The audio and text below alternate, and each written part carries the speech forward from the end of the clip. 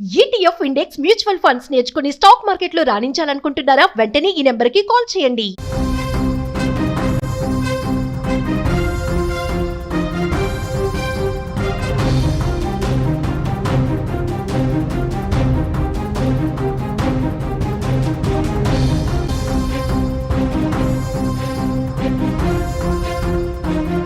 Japan మునిగిపోతుందా? ఈ రాత్రికే Japan కనుమరుగు కాబోతుందా? ఇటువంటి మాటలే, ఇటువంటి చర్చ ఇప్పుడు ప్రపంచవ్యాప్తంగా కొనసాగుతోంది. ఇవాళ ఈ జపాన్ పోర్చుగల్ మధ్య ఒక భారీ సునామీ రాబోతుందని, ఈ రెండింటి మధ్య సముద్ర గర్భం ఒక్కసారిగా విడిపోయి ఆకాశాన్ని తాకే అలలు రాబోతున్నాయంటూ బాబా వంగ చెప్పిన ఒక జోస్యం ఇప్పుడు ప్రపంచాన్ని వణికిస్తోంది. ప్రపంచమంతా ఇప్పుడు జపాన్ వైపు చూస్తుంది, జపాన్లో ఏం జరగబోతుందని. ఈ నేపథ్యంలోనే జపాన్లో వరుస భూకంపాలు రావడం, జపాన్ చుట్టూ ఉన్న ద్వీపాలు భూకంపాలతో తల్లడిల్లిపోవడం చూస్తుంటే నిజంగానే బాబా వంగ మాటలు నిజమవుతున్నాయనే చర్చకు కూడా ఆస్కారం తలెత్తింది. తాజాగా కిరిషిమా పర్వత శ్రేణిలో ఒక అగ్ని పర్వతం పేలింది. ఈ అగ్ని పర్వతం పేలి చుట్టుపక్కల ఒక్కసారిగా బూడిదని వెదజల్లుతోంది. ప్రస్తుతం మీరు స్క్రీన్లో చూస్తున్నారా విజువల్స్. ఈ అగ్నిపర్వతం మౌంట్ షిన్ మొడాకే అగ్నిపర్వతం. ఈ మౌంట్ షిన్ మొడాకే అగ్నిపర్వతం పేలి ఒక్కసారిగా దాదాపు 6 కిలోమీటర్ల పరిధిలో బూడిదని వెదజల్లుతోంది. మీరు ఆ దృశ్యాల్ని లైవ్లో చూస్తున్నారు. ఇది బుధవారం ఈ ప్రాంతంలోనే 5.5 మ్యాగ్నిట్యూడ్స్తో కూడిన ఒక భూకంపం వచ్చింది. ఆ భూకంపం వచ్చిన వెంటనే అగ్నిపర్వతం పేలుడు సంభవించింది. ఇప్పటికే ఈ పర్వత శ్రేణి చుట్టూ దాదాపు 90,000 మంది నివాసం ఉంటారు. అక్కడున్న ప్రజల్ని ఖాళీ చేయించింది జపాన్ ప్రభుత్వం. అంతేకాదు స్థానికంగా 3వ ప్రమాద హెచ్చరికను కూడా జారీ చేసింది. పర్వత శ్రేణి పరిసరాల్లో ఉన్న వాళ్ళంతా హుటాహుటిన ఆ ప్రాంతాన్ని ఖాళీ చేసి వెళ్ళాలని, ఎవరైనా కొంచెం దూరంలో ఉంటే వాళ్ళు ఇళ్లలోంచి బయటకు రావద్దని, ఎవరు పర్వతాధిరోహణ వైపు రావద్దని ఇప్పటికే జపాన్ ప్రభుత్వం ఆదేశాలు జారీ చేసింది. మౌంట్ షిన్ మొడాకే పేలుడుతో ఒక్కసారిగా ఆ ప్రాంతమంతా దుమారం చెలరేగుతోంది. ఆ ప్రాంతమంతా బూడిదతో కమ్ముకుపోయింది. మొదటి నుంచి అంచనా వేస్తున్నారు జూలై 5 జపాన్కి అతిపెద్ద ప్రమాదకర రోజు అని. జూలై 5 రోజు మెగా డిజాస్టర్ జరగబోతుంది జపాన్లో అంటూ బాబా వంగ మాటల్ని వైరల్ చేస్తున్నారు. ఇప్పటికే బాబా వంగ మాటలపైన ఇంటర్నెట్లో తీవ్రమైన చర్చ జరుగుతుంది. కానీ వాస్తవానికి ఇక్కడ కొన్ని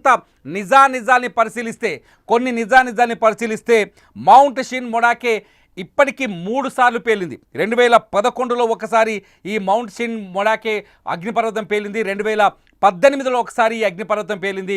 తాజాగా ఇప్పుడు 2025 జూలై 5వ తేదీన మళ్ళీ ఈ అగ్నిపర్వతం పేలింది. అయితే ఎప్పుడైతే జపాన్లో మెగా డిజాస్టర్ రాబోతుంది, జపాన్ చుట్టూ సునామీ రాబోతుంది, పోర్చుగల్ జపాన్ మధ్య వచ్చే సునామీ మొత్తం ఆ 2 దేశాలని ముంచెత్తే అవకాశం ఉందంటూ బాబా వంగ రాసిన జోస్యం ఆధారంగా ఈ చర్చ ఇంటర్నెట్లో జరుగుతుందో, ఈ నేపథ్యంలో అగ్నిపర్వతం పేలడంతో ఒక్కసారిగా జపాన్లో భయాందోళనలు ఏర్పడ్డాయి. ఇదంతా అంతేకాదు గడిచిన 2 వారాల్లో జపాన్లో వరుసగా భూకంపాలు సంభవిస్తున్నాయి. దాదాపు 900 ప్రాంతాల్లో భూకంపాలు సంభవించినట్టుగా తాజా సైంటిఫిక్ డేటాను బట్టి తెలుస్తుంది. జపాన్ ప్రపంచంలోనే అత్యంత భూకంప ప్రభావిత ప్రాంతం. ఈ ప్రాంతంలో సహజంగా సంవత్సరానికి 1500 సార్లు భూకంపాలు వచ్చే అవకాశం ఉంది. అయితే తాజాగా కేవలం 2 వారాల్లోనే 900 సార్లు భూకంపాలు రావడంతో జపాన్లో ఏదో జరగబోతుందనే చర్చ మాత్రం కొనసాగుతోంది. టోక్యోతో సహా జపాన్ ప్రభుత్వం కూడా ఈ విపత్తు పైన ఎప్పటికప్పుడు అలర్ట్గా ఉంది. భూకంప ప్రభావిత ప్రాంతాల్లోని ప్రజల్ని అప్రమత్తం చేస్తుంది. అవసరమైతే ఇళ్ళు ఖాళీ చేసి వెళ్ళిపోవాలని హెచ్చరికలు కూడా జారీ చేస్తుంది. అధికారులు కూడా జపాన్ పరిసర ప్రాంతాలు, అంటే అగ్నిపర్వతాలు ఉన్న చోట, భూకంప ప్రభావిత ప్రాంతాలు ఉన్న చోట, పర్వత శ్రేణి ఎక్కువగా ఉన్న చోట, అంటే ఇవన్నీ సెస్మిక్ జోన్ 2, 3లో ఉంటాయి. అంటే భూకంప ప్రభావితం ఎక్కువగా ఉండే ప్రాంతాల్లో ఉంటాయి. ముఖ్యంగా పర్వత శ్రేణులు ఎక్కువగా ఉన్న చోట భూకంపాలకి ఆస్కారం ఎక్కువగా ఉంటుంది. అలాగే సముద్ర తీరం వెంట కూడా భూకంపాలకి ఆస్కారం ఎక్కువగా ఉంటుంది. ఈ ప్రాంతాలని అప్రమత్తం చేసింది జపాన్ ప్రభుత్వం. ఈ ప్రాంతాల్లో ఉండే ప్రజలు జాగ్రత్తగా ఉండాలని సూచనలు జారీ చేసింది. మీరు చూస్తున్నారు కిరిసిమా పర్వత శ్రేణిలోని ఒక అగ్నిపర్వతం. ఈ అగ్నిపర్వతం పేరు మౌంట్ షిన్ మొడాకే, ఈ మౌంట్ షిన్ మొడాకే అగ్నిపర్వతం పేలిన దృశ్యాల్ని. ఈ మౌంట్ షిన్ మొడాకే అగ్నిపర్వతం ఇప్పుడు అక్కడ బీభత్సాన్ని సృష్టిస్తోంది, అక్కడి ప్రజల్ని భయాందోళనకు గురి చేస్తుంది, బాబా వంగా మాటల్ని మళ్ళీ మళ్ళీ గుర్తు చేస్తుంది. 1999లో బాబా వంగా ఒక పుస్తకాన్ని రిలీజ్ చేశారు, ది ఫ్యూచర్ ఐసా అని చెప్పేసి. ది ఫ్యూచర్ ఐసాలో చాలా కీలకమైన అంశాలని బాబా వంగా ప్రస్తావించారు. ఆ అంశాలన్నీ దాదాపు నిజమవుతూనే వచ్చాయి. ఈ నేపథ్యంలోనే బాబా వంగా మాటలు ఈసారి కూడా నిజం కాబోతున్నాయనే సందేహం, అంటే అనుమానం, ఒక రకంగా చెప్పాలంటే భయం, అనుమానం కలుగుతుంది. బాబా వంగా చెప్పినట్టుగానే జూలై 5వ తేదీన ఈరోజు చాలా చోట్ల, జపాన్లో చాలా చోట్ల భూకంపాలు సంభవించడం, అగ్నిపర్వతాలు బద్దలవ్వటంతో ఒక్కసారిగా అక్కడి ప్రజలు కూడా ఊపిరి బిగబట్టుకొని బతుకుతున్నారు. ఏ క్షణం ఏం జరుగుతుందో అర్థం కాని సిచ్యువేషన్లో, టెన్షన్లో మునిగిపోయారు.